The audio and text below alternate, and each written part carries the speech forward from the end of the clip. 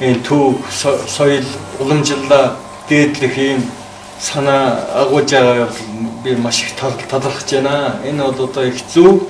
Монголчууд бол ер нь эртээс ер нь тэр аршид ажлын судрын чуулганд бичсэн байгаа шүү. Монголчууд бол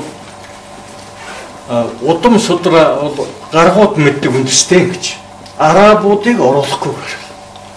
Арабууд бас их сайн мэддэм байт. Арабуудыг оруулахгүйгээр дэлхийд тэргүүн мэддэгэ гэж ингэж одоо хэлжсэн ийм бичсэн тийм түүхтэй үндэстэй юм байна. За гэтэл одоо сүүлийн үед одоо энэ манжаас хойш Монголд удам судраач юу мэдэх явдал алдагдсан. Одоо сүүлдээ одоо бүр сүүлийн үе залуучууд бол манай өвөө гэдэг өвөөгийнхээ нэрийг одоо хэлхээсээ ичдэг юм уу эсвэл одоо мэддэг ч юм уу. Одоо ийм хэмжээнд хүртлээ ингэж ороцсон байна. Бичгээ ингээд сэргээ барь энэ төр гэдэг хөлөө гарлаа л да. Тэгээ уг бичгээ сэргээ болсон чинь одоо тэгээд одоо бүгдээрээ борцсон болсон. Ийм байдалтай. Тэр чинь одоо уг бичгийг санаагаараа зохиож явуулна гэж ингэ зарим хүмүүс ярьж байгаа. Ер нь баримттай явах хэрэгтэй. Гэтэл ингээд зарим нь одоо ингээд бүгдээрээ боржгон жишээ бүгдээрээ боржгон байгаагүй шүү дээ Монголч. Боржгон гэдэг чинь одоо алтан ургийн хүмүүсийг боржгод тийм ээ. Одоо хэнэ бодончрын мөрсадыг л боржгод гэдэг болохоос бодончроос бусд нь одоо тэр чинь өчнөө өмг байгаа. Монголчууд дээлийнх нь одоо хятад нэгүсийн мөрсадууд нэгүс дажигэн гэж хоогдоод өөрийнхөө ойрдууд болоод ингээд өөрийнхөө ойрдын олон өмг болоод ингээд явсан тэд нар бүгдээрээ өмг амьттай тэд нар бүгдээрээ мэднэ. Ингээд энэ чинь сэргээхэд бол тийм бас тийм хүнд биш. Гэтэл энэ чинь бүгдээрээ худлаа санаанаас зохино гэж бодлоо. Энэ чинь тийм ёсч байхгүй. Иймэрхүү байдалтай байгаатай бусд монголчууд харин ихшил байсан хэрэг ингээд талбараа 100 жил болж байна.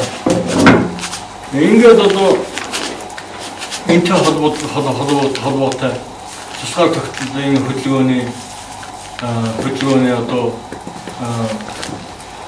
өмнө тодорч байгаа зорилтууд за тэгээд одоо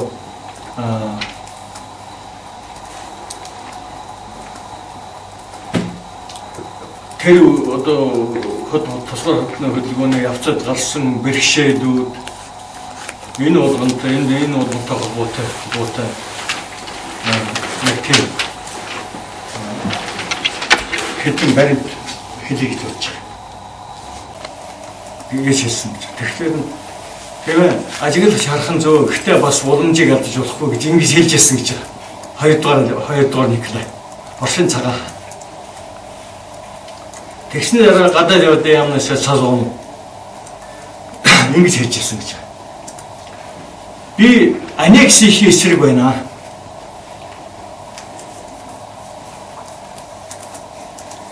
Гэхдээ Орос орн өөрийнхөө Сибирь мужиж одоо тогтоож дээдэхэд хэцүү байгаа штэ гэж.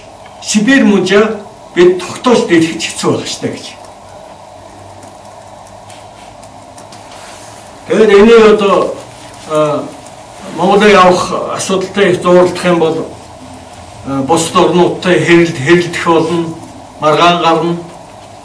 Бид бол одоо их хэмжээний хөрөнгө мөнгө зарах болно. Тэгээд одоо Европт айс хуурай авдах ч тийм аюул байгаа. Гэсэн шиг юм хэлжсэн гэж байна. Хөдөлгөөний талаар юу гэж бичсэн байг би танаас хэлбэлийг гэж байна.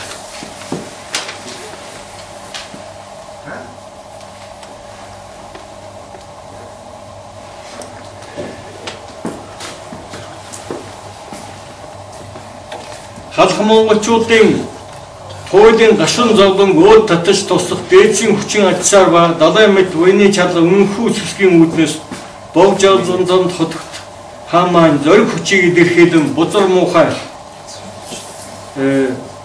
хар хятадын гараас мөлтрөх тэмдэг үзүүл нууцаар шууд их хувьсгал байна.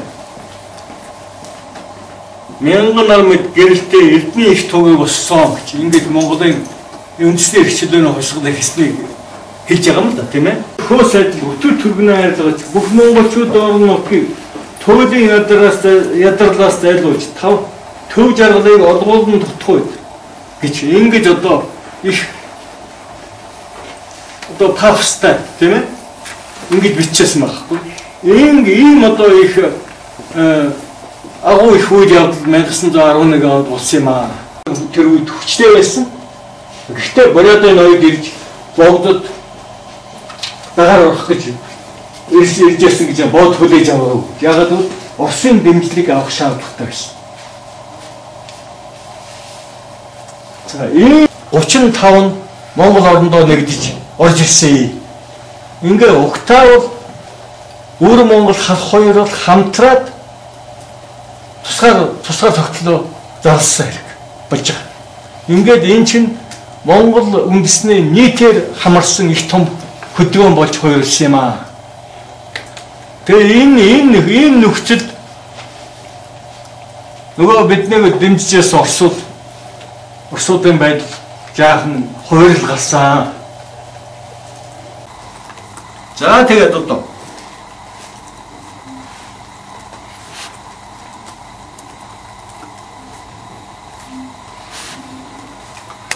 тэгээд 1912 оны 9 сард Монголын ноёдтой Монголын тусгаарт Монголын талаар хэлцээр хийх гэж Бээжин суугаа Оросын элчин Коростович ирсэн юм байна.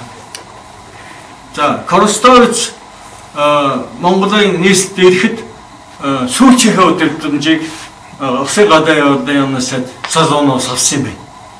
За энэ сүүлчийн удирдамжинд нь юу гэсэн утгатай санаатай тийм удирдамж байа гэдэг талаар би танарт нэг товчхон хэлье гэж. Энэ засгийн газар Оросын эзэн тулсын засгийн газар ямар зорилго тавьж ийнэ вэ? Гадаад Монголын автономийг хангах, тийм ээ? Автономийг хангах. Гэхдээ Хятадын бүрдүүнд байх автономийг хангах ийм зорилго тавьж байгаа гэсэн ийм утгатай хэлж байгаа. Энэ Коростович ганцхан дээр л Хятадын бүрдүүний автоном гэхдээ тэрийг нь Оросоос баталгаажуулсан ийм автономийг хангана гэдэг ийм юм ярьдаг ус. Yes. Ийм бай суурин дээрээс дээр ярих ус. Гадаа явнаас Салоно Монголын гадаад Монголын талаар явуулж байгаа бодлого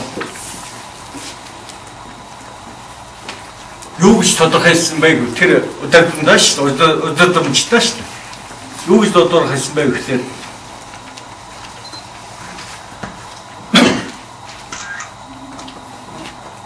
энэ бол маш чухал тийм ключой гэж ярьдаг да их чухал энэ санаа байгаа юм л да. Юу гэхээр манай тэр Салоно хэлж байна тийм ээ. Манай хэл Оросын засгийн газар Орос бүрэн ямар бодлого явуулж ийнэгээр манай хэл хязгаар тэр нутагт Монгол хийж байна тийм ээ. Тэр нутагт цэргийн хувьд хүчтэй улсыг батжуулан бичүүлэхгүй гэсэн санаа юм а гэж. Ойлгож байна уу? Өөр Монгол халх хоёрыг нэгтгэхгүй гэдэг энэ санаа бол цэргийн манай хэл хязгаар тэр нутагт цэргийн хувьд хүчтэй улсыг батжуулан бичүүлэхгүй гэсэн санаа юм а гэж. Ингэж томьёолсон байна. Тэгээд Хятад Монгол цэргийн оруулаад нөгөө Оросын бүхийг байхгүй болсон.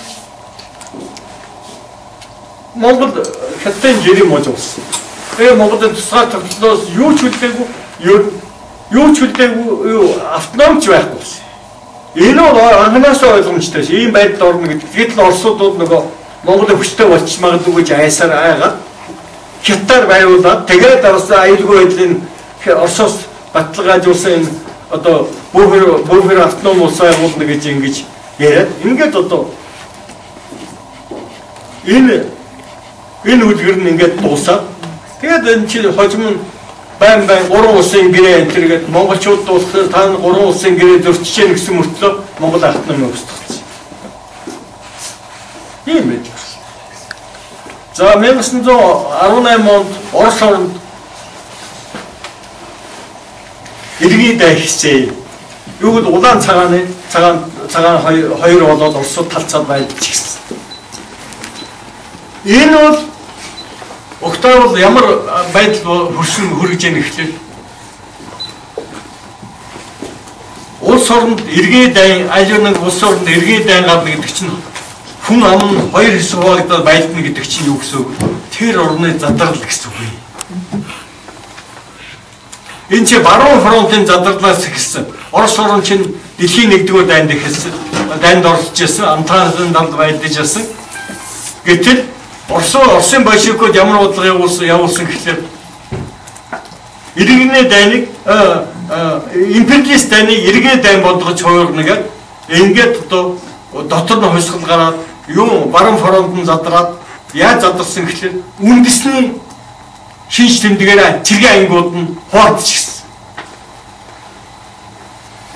Латвийн юу буудлын дивизиуд байгуулагдсан одоо уулын зэрлэг дивизиуд ингээд одоо бүх үндэсний ястаа хуваагдаад ингээд цэргийн ангиуд нь хуурдчихсан.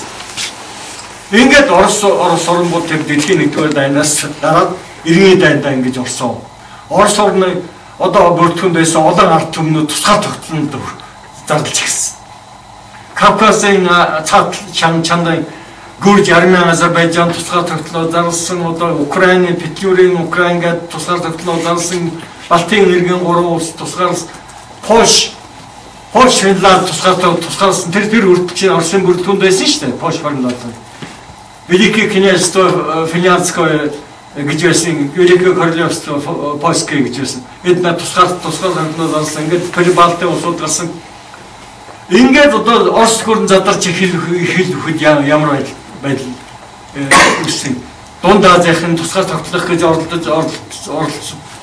Монголчууд бурядууд манай буряд монголчууд 300 жилийн дотор анх удаага Оросын эзэнд орсон улсаас гарах гэж оролцсон юм аа.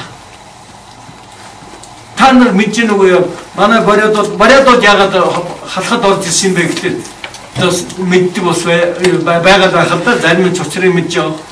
Ингээд яг тэр үед бурядуудын юу одоо нийгмийн хөдөлгөөн маш идэвхтэй болж тийм ээ. Буряд Монголын үндэсний хороо гэж байгуулсан тийм ээ. Буряд Монголын үндэсний хороо гэж байгуулад ингээд одоо бүх бурядын их хурлууд хордож гисэн. Ингээд одоо бид яах вэ гэдэг одоо бурядууд 1918 19 онд хоролдоод бүх бурядын 2 дугаар хоролдож явах үед баргын мерсэ тэргүүтэй 3 төлөөлөгч ирж тэр Америкийн ерөнхийлөгч Вилсны одоо тунхаг гэж байд юм байна. Тэр тунхагаар багаар түмнүүдийн тусгаар тогтлыг дэмжинэ гэсэн байд юм байна. Тэр ёсоор бид тусгаар тогтнож Монголоо нэгтгэе гэдэг ийм санал тавьсан юм аа. Бөхөр ядаа 2 дугаар хүртэл. Би тэгж санаж миний юу яагаагүй энэ дөрөөгөө бөхөр ядын 2 дугаар хурал дээр мерсэ тэргүүтэй баргын төлөөлөгч анх энэ саналыг тавьсан. Тэгээд бурядууд дэмжиж одоо тийм одоо бид аргагүй ингээд одоо энэ чинь хил хязгаар гэж байхгүй болсон. Тийм ээ? Мэдхүү. Хил хязгаар байхгүй болсон. Монгол халах Монгол буряд хоёрын хооронд хил хязгааргүй байхгүй болсон. Энийг ашиглаад одоо ингээд бурядын ард түмэн хөдж игсэн юм аа. Тэгээ 1911 18 19 оны Нармай Монголын хөдөлгөөн ингэж ихсэн юм аа.